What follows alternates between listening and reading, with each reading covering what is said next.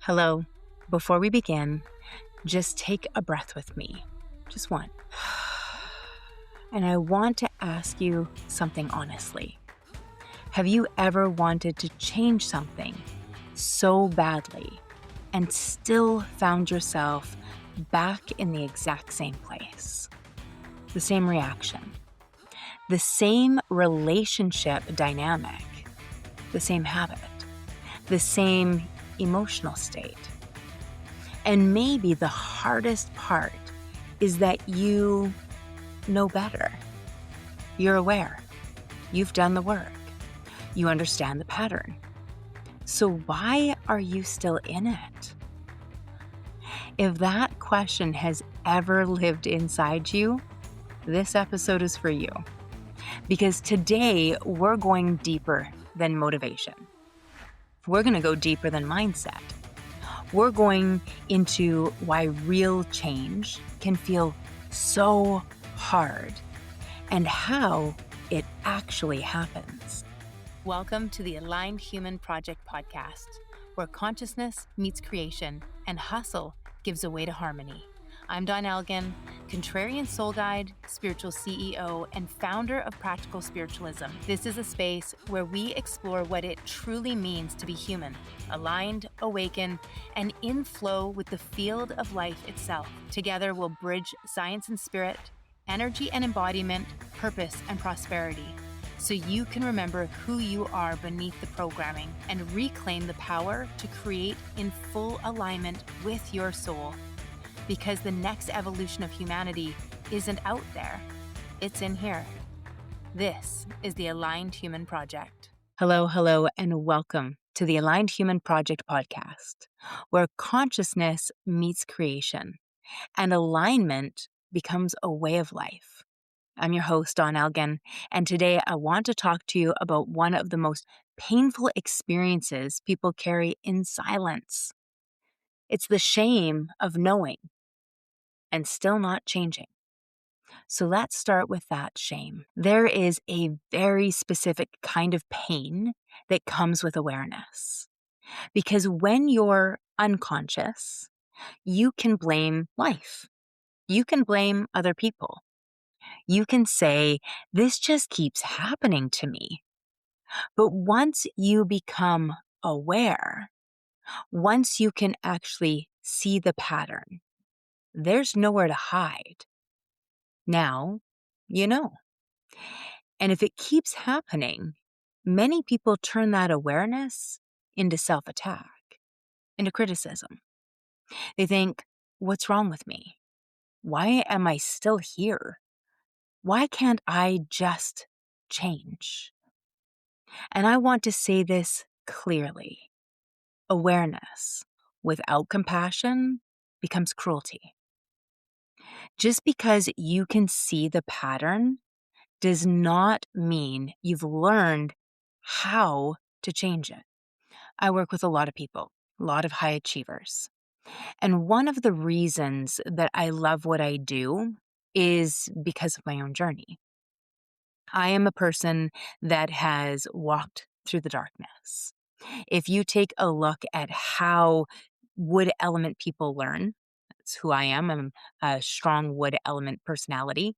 When you look at 5 elements within ancient Chinese medicine, and when you look at our behavior types, we are linked to spring. We come through the darkness and we open into the light. We are the beginning of that yang energy. And so when you look at that, what that means is we have a tendency to go through really difficult experiences. And it's going through those difficult experiences, if we handle them properly, that we'll extract the wisdom of them. And then we'll bring it to the light. We'll use it as a tool of transformation. And so I love working with people. And when I say high achievers, I'm not talking about necessarily somebody's bank account. I'm making somebody that wants to be the best version of themselves. They are desiring to live their greatest life, whatever is possible for them. And so what happens for a lot of us is we learn. We read the books, we take the courses, we listen to the podcasts, we do all of the things so that we know up here in our head. And the problem is if we know the problem, it doesn't stop us from redoing it over and over again. And even if we change it, it will seem like they're just a little bit better. So the pattern would maybe look like rungs on a ladder. And what we really desire is to go from ground level to the second level. And yet what happens is we're like on step 1, step 2, step 3. We just make these micro adjustments that just get a little bit further, but it's still frustrating for us. And so what ends up happening is if we don't understand why we are making these choices, these decisions, we will start using this awareness as a weapon against ourselves. And it starts to look like self-judgment and self-criticism. We can get aggressive. Why are you so stupid? Why do you keep making these same mistakes over and over again? You can use your harshest, most deepest inner critic language. Let's be honest. It's usually pretty freaking brutal. And it's usually way worse than anything you would say to anybody that you love or even like.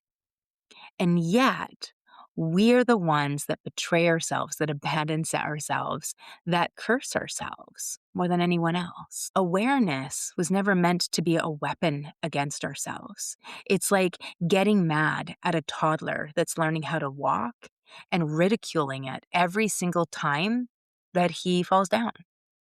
That makes no sense. We are learning as we move through this. And so the first step is the awareness. Like a child, it's like we go from crawling and we start figuring out our legs. And it often takes a bit because if we don't put in the reps, then how are we going to make the steps? So most of us want to go from crawling to pretty much running. And we don't want to really look at all the effort that goes into it. And that becomes the most important piece because there's a how. There's a learning how our legs work, how our feet work, what it looks like to step forward versus stepping to the side. So we end up saying things like, I should be further along by now. And instead, we need to see the pattern is progress. It's just not the final step. So what is happening? This is where science matters. Your conscious mind can want to change. It can set goals, make promises, watch podcasts, read books, decide it's time. But your nervous system has a totally different job. Its job is not to make you fulfilled. Its job is to make you safe. And to the nervous system, safe often means familiar. Even if familiar is stress, chaos, overworking, people-pleasing, shutting down, settling, or even anxiety. So now you have two forces happening inside of you. You have your mind, which says, I want something new. And you have your body, which says, I want what I know. And if you don't understand that tension, you'll think you're weak. But you're not weak. You're working with an untrained system. This is why I teach 3 layers. There is the part of you that is aware, the witness, the superconsciousness, soul, spirit, the deepest truth of who you are. Next is the part of you that is conditioned, the subconscious, your learned identity, your protective patterns. And then there is the conscious layer, the bridge, the place where attention, choice, and action live.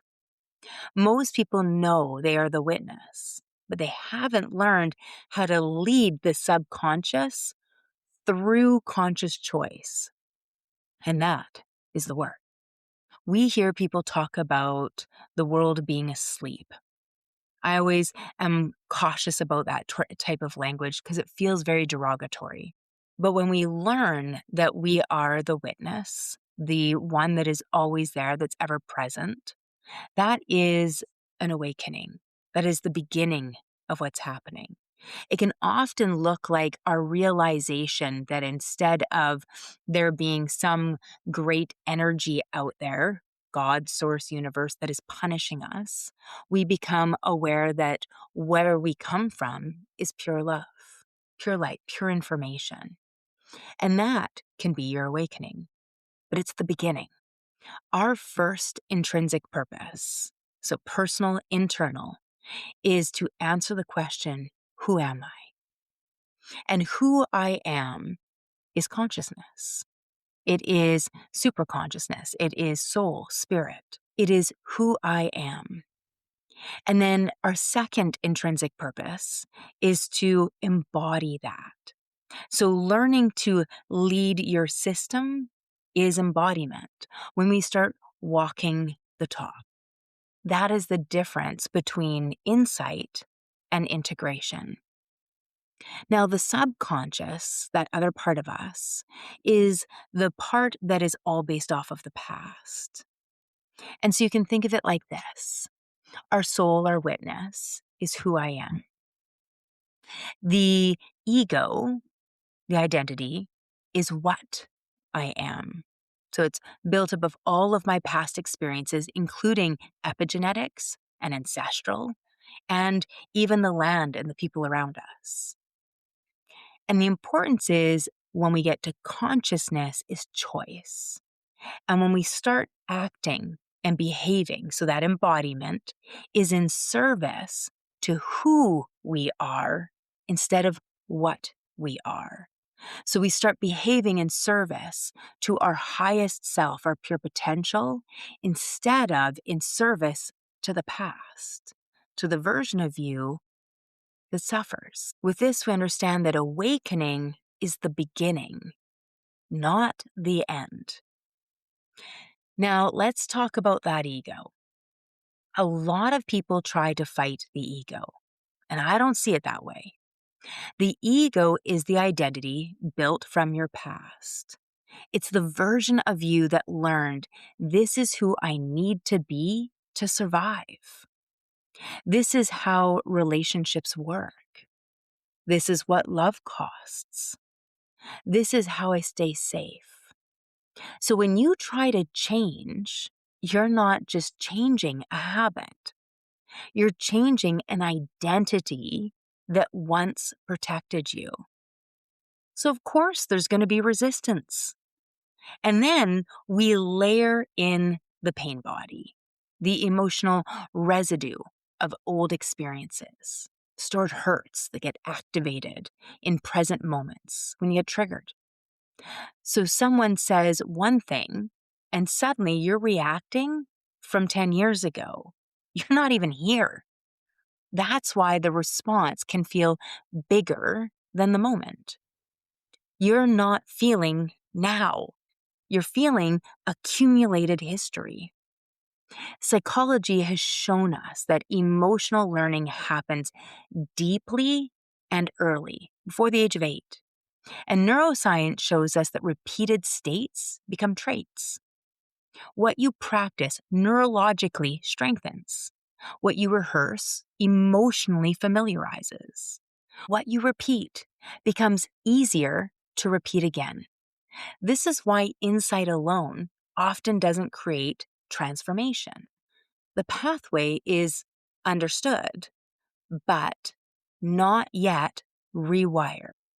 One of my favorite ways of changing my behaviors is starting in a car. So if this is not your first episode, then you've heard me talk about these things before. And the reason is it's a common practice. So I get in my car every day when I'm coming to work. I get in my car every day when I go home. So there's almost every day that it's an opportunity for me to practice something. So I have always been a more aggressive driver, which means that I tend to go faster. I tend to enjoy zipping along, and I don't like to be slowed down. But then I was in a couple of car accidents.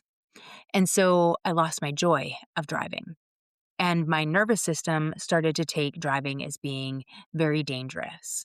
And so even though I knew people weren't going to hit me, I would start reacting.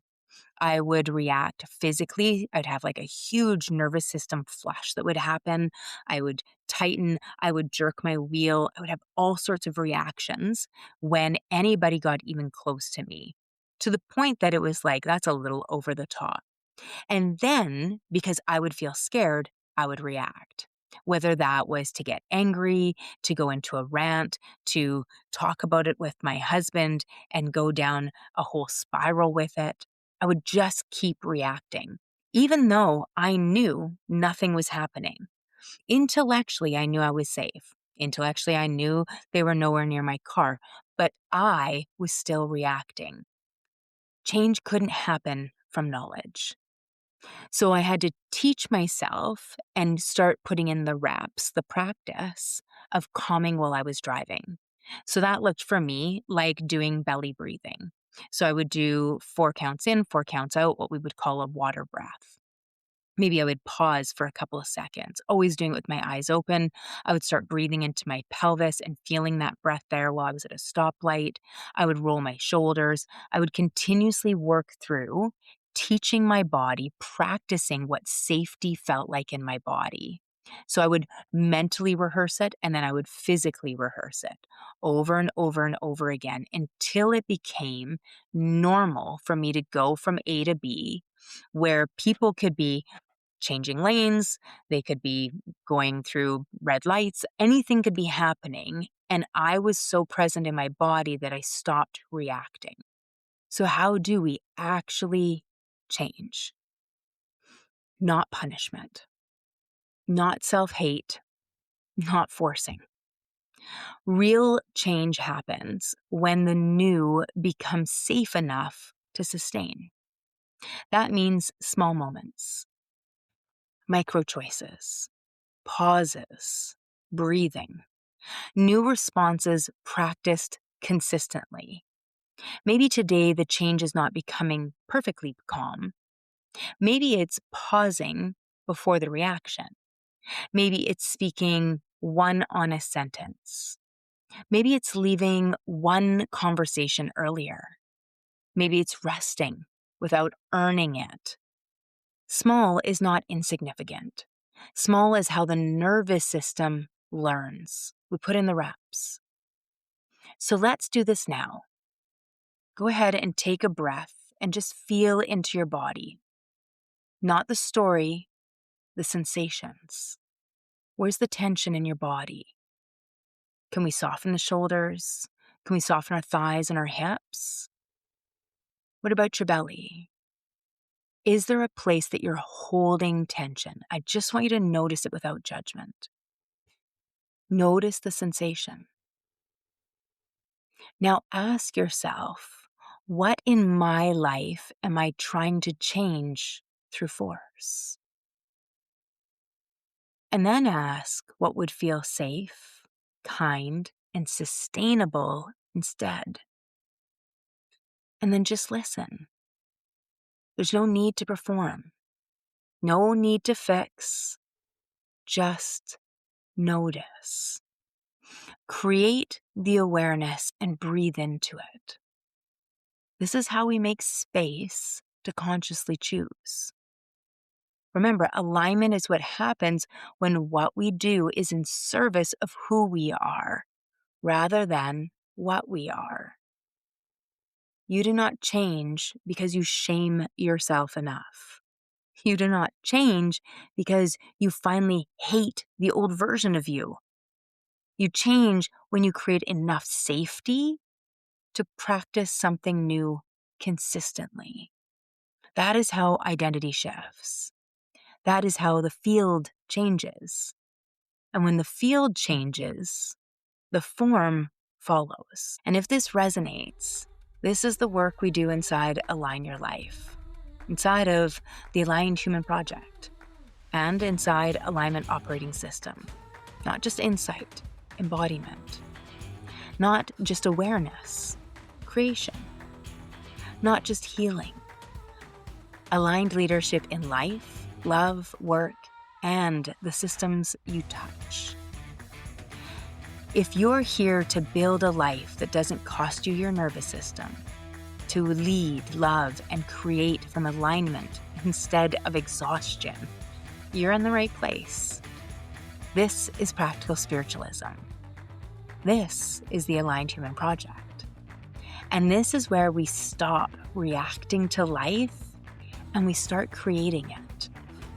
Alignment isn't something you achieve. It's something you practice. So keep pausing, keep feeling, and keep choosing. You are the witness. You shape the field, and the field shapes your life. You are not here to fix yourself. You are here to remember yourself. Because when you align with your truth, everything else begins to align with you. If this episode sparked something inside you, hit follow or subscribe and share it with someone walking their own path of awakening. And if you're ready to go deeper, you'll find free resources, programs, and community spaces waiting for you at practicalspiritualismco.com. Remember, alignment isn't a place you reach. It's a practice you live. So keep pausing, keep feeling, keep aligning. You are the field. You shape the form.